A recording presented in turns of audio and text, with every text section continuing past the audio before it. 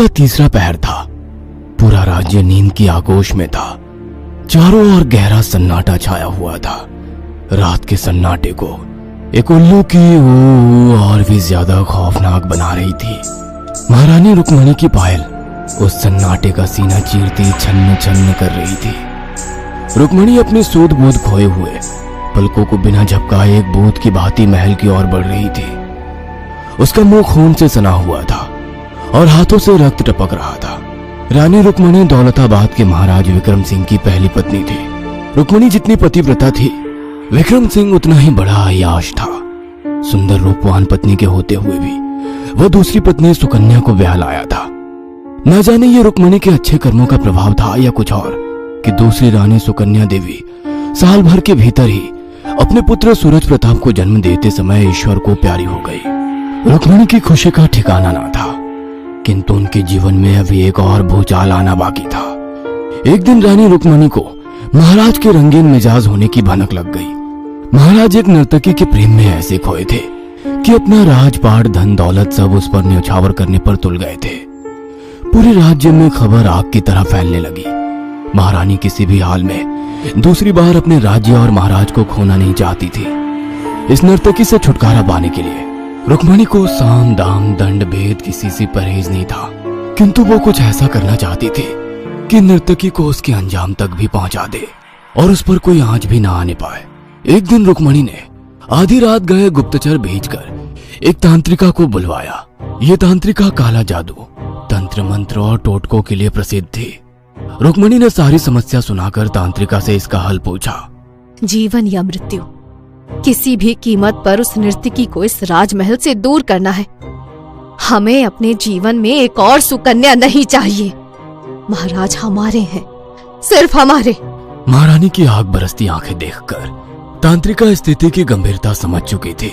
मेरे तंत्र में इतनी शक्तियां हैं महारानी कि अभीष्ट की प्राप्ति संभव है, किंतु तंत्र बलि मांगता है। बोलो, दे सकोगी? कर पाओगी इस परीक्षा को पार? जो तुम कर सकी तो मैं तुम्हें वो काली शक्तियां दूंगी कि तुम्हारे जीवन की हर विपदा टल जाएगी। महाराज के लिए मैं किसी का भी रक्त बहाने से पीछे नहीं हटूंगी। कहो, क्या परीक्षा है? किसी का भी रक्त बहाना आसान है महारानी। अपना राजवंशी खून बहा सको तो बात बने। तांत्रिका की बात सुनकर रुक्मणी एक पल को ठिठक जाती है। तुम कहना क्या चाहती हो? घबरा गई क्या महारानी? तुम्हारी सौतन का पुत्र सूरज, जिसे तुमने अपने पुत्र के समान पाला है, उसकी बलि देनी होगी। काली शक्तियों को प्रसन्न करने के लिए इतना तो करना ही होगा। इतना मत सोच महारानी, वो बच्चा भी तो महाराज की अय्याशी की ही देन है। यही मौका है, पीछा छुड़ा लो उस गंदे खून से। इतना कहकर तांत्रिका लौट जाती है। 2 दिन बाद अमावस्या की गहरी रात में रुक्मणी शिशु सूरज प्रताप को आंचल में छिपाए तांत्रिका के बताए स्थान पर पहुंच गई थी। तांत्रिका ने पहले ही विधि संपन्न करने की तैयारी की हुई थी। रुक्मणी के हाथों उसने यज्ञ प्रज्वलित करवाया और तंत्र मंत्र की विधि शुरू कर दी। तांत्रिका आंखें बंद करके अपना सर गोल गोल घुमाने लगी। एकाएक कुत्तों के रोने की भयानक आवाजें आने लगी। लगता था मानो 50 कुत्ते एक साथ रो रहे हो। यज्ञ से उठता धुआं, तांत्रिका के मुंह से निकलते मंत्र और कुत्तों के रोने की आवाजें, यह सब इतना भयानक था कि किसी भी सामान्य व्यक्ति की डर से घेकी बंध जाए। किंतु महारानी पर ना जाने क्या धुन सवार था कि उन्हें डर का एहसास ही नहीं हो रहा था। मंत्रों के जाप के बाद तांत्रिका ने उन्हें नन्हे सूरज प्रताप के रक्त से यज्ञ में आहुति दे दी। विधि संपन्न हुई महारानी। अब ये रक्त प्रसाद रूप में ग्रहण करो, इससे ये साधना संपूर्ण हो जाएगी। रुक्मणी पर खून सवार था, मति भ्रष्ट हो चुकी थी। उसने यंत्रबद्ध खून की कुछ बूंदें अपनी हथेलियों से समेटकर मुंह में भर ली। रुक्मणी को अंदाजा नहीं था कि वह कैसा पौशाचिक कार्य कर रही है। काली शक्तियां आपके तप से प्रसन्न हुई महारानी। मैं आपको एक काली शक्ति दे रही हूँ। ये रक्त पिपासु काली शक्ति है। इसे आपको गहरे पानी में कैद रखना होगा। समय आने पर आप इसे जागृत कर सकती हैं। इसे जागृत करने की तंत्र विधि मैं आपको समझा दूंगी। अगर इसे आजाद छोड़ दिया तो ये विनाश कर देगी। महारानी ने काफी सोच विचार करने के बाद अपने किले की बावड़ी में उस काली शक्ति को कैद करने की सहमति दे दी। अमावस्या की उस काली रात को रुक्मणी और तांत्रिका ने काली शक्तियों का आवाहन किया और तंत्र मंत्र के प्रभाव से बावड़ी के जल में रूहानी ताकत को स्थापित कर दिया। ये बावड़ी महारानी स्नान आदि के लिए उपयोग करती थी। किसी और को वहां जाने की इजाजत नहीं थी। अतः रुक्मणी निश्चिंत थी कि किसी को भी इस बात की कानो कान भनक नहीं पड़ेगी। तंत्र विद्या संपन्न कराकर रुक्मणी खून से लथपथ हो अपने राजमहल लौट आई। रुक्मणी उस काली शक्ति को नर्तकी पर प्रयोग करने का उपाय सोच ही रही थी कि सेविका ने आकर एक मनहूस खबर सुनाई। बुरी खबर है महारानी साहब, महाराज उस नर्तकी को ब्याह लाए हैं। रुक्मणी को गहरा आघात लगा था। वह चोट खाई नागिन की तरह बस एक अवसर की तलाश में थी। अब वो नर्तकी भी किले में ही रहने लगी थी।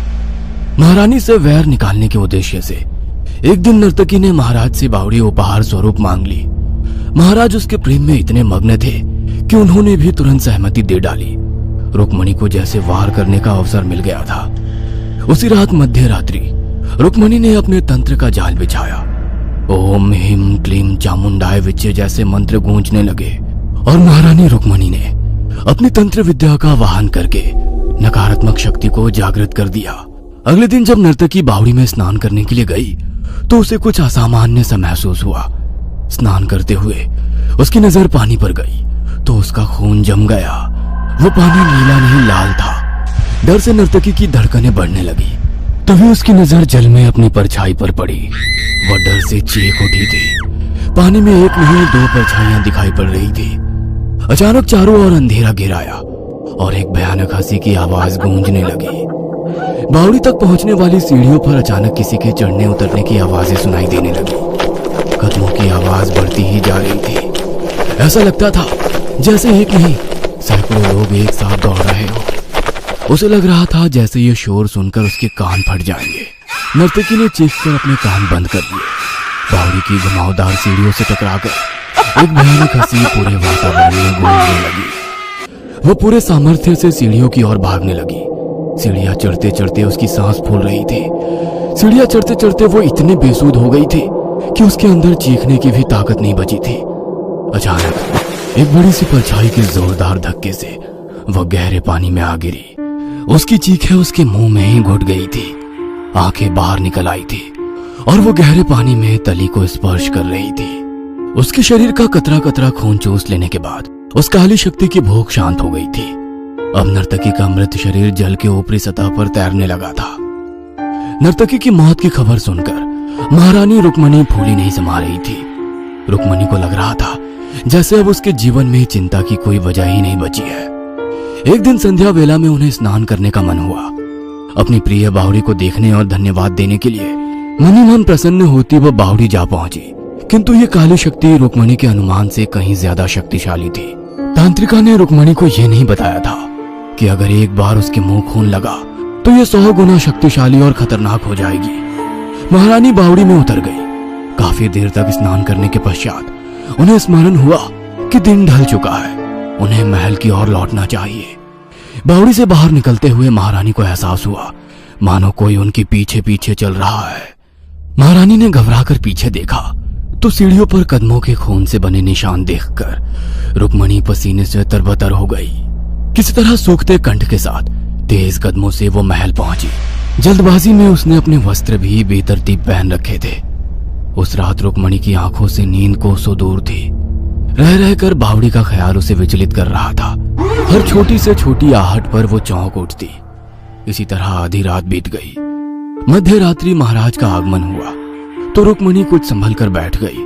महाराज का स्पर्श पाते ही रुक्मणी की आंखें क्रोध से लाल हो गई। अचानक ही उसका रूप बदलने लगा और रुक्मणी में नर्तकी की झलक दिखाई देने लगी। उसकी आंखों से खून टपकने लगा। वह क्रोध से गुर्रा रही थी। रुक्मणी को ऐसे रूप में देखकर महाराज सकपका गए। मुझे मौत का उपहार देने के बाद अब तू रानी के साथ प्रेमालाप कर रहा है? नीच इंसान, मेरे जाते ही तुझे अपनी पत्नी याद आ गई? मेरे साथ जीने मरने के वादे किए थे ना तूने? तू मेरे साथ जाएगा मेरी बावड़ी में। उसे बहुत प्यास लगी है, तुम दोनों के रक्त से वो अपनी प्यास बुझाएगी। उसके बाद बावड़ी के शीतल जल में हम दोनों सदा साथ रहेंगे। चलेगा ना मेरे साथ? रुक्मणी की आंखें पलट चुकी थी, पैर भी उलट गए थे। वो इतनी भयानक लग रही थी कि विक्रम की चीख भी मुंह से बाहर नहीं निकल पा रही थी। मेरे साथ तो तुझे चलना ही पड़ेगा, और ये तेरी महारानी, इसे इसके किए की सजा भी तो देनी है। इतना कहकर रुक्मणी अट्टहास करने लगी और विक्रम सिंह को गर्दन से पकड़कर घसीटते हुए बावड़ी में ले जाती है। उस रात विक्रम सिंह और रुक्मणी की चीखों से पूरा राजमहल हिल जाता है। अगली सुबह बावड़ी में रुक्मणी और विक्रम सिंह के शत विशत शव बरामद हुए। उन दोनों के शरीर बिल्कुल नीले पड़ चुके थे, मानो शरीर का एक एक खून चूस लिया गया हो। उनके शरीर को देखकर लगता था जैसे कि किसी ने एक एक अंग को नोच खाया हो। उस दिन के बाद दौलताबाद के किले में कुछ भी शुभ नहीं हुआ। धीरे धीरे मनुष्यत ऐसी हावी हुई कि पूरे राज्य का सर्वनाश हो गया।